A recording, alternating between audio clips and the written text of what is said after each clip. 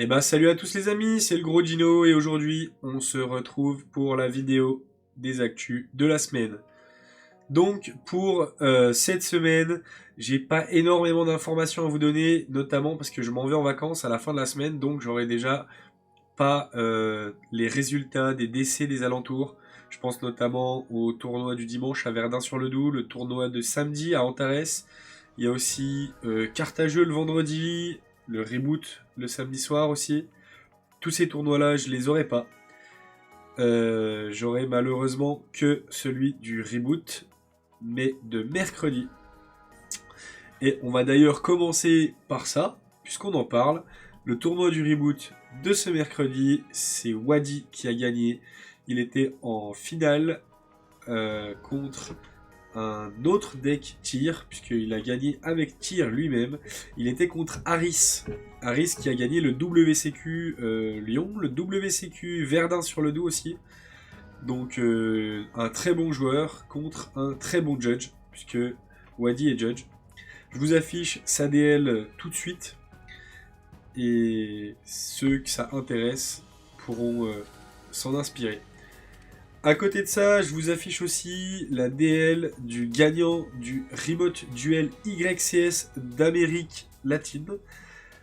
On voit que c'est un deck Sprite qui a gagné. De toute façon, entre les Sprites et les tier elements, en ce moment, ça se tire un peu la bourre, même si, de mon point de vue, tir est pas si... Tir est un peu au-dessus quand même, faut pas déconner. Mais bon, c'est mon avis personnel, même si je ne joue clairement pas le deck.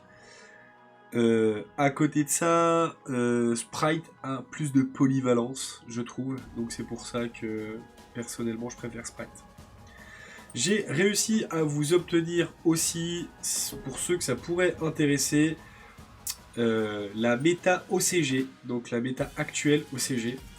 Donc on voit que Tyr est toujours très fortement représenté.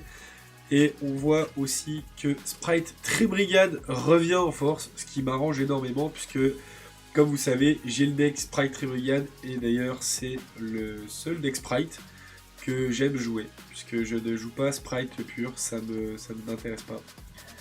Donc voilà.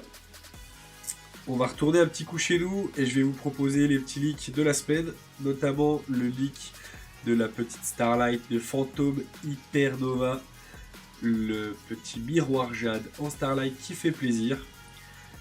Une carte qui est vraiment jouée en plus dans le deck, donc c'est pas une Starlight dans le vent, ça c'est vraiment pas mal. D'ailleurs elle peut être jouée dans beaucoup de... Enfin, dans beaucoup de decks, non, faut quand même que ce soit dans Branded, mais je trouve qu'elle est quand même pas mal représentée.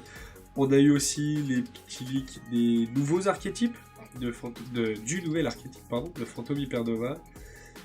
Et bien sûr, le leak le plus attendu de tous, les raretés des Kashtira.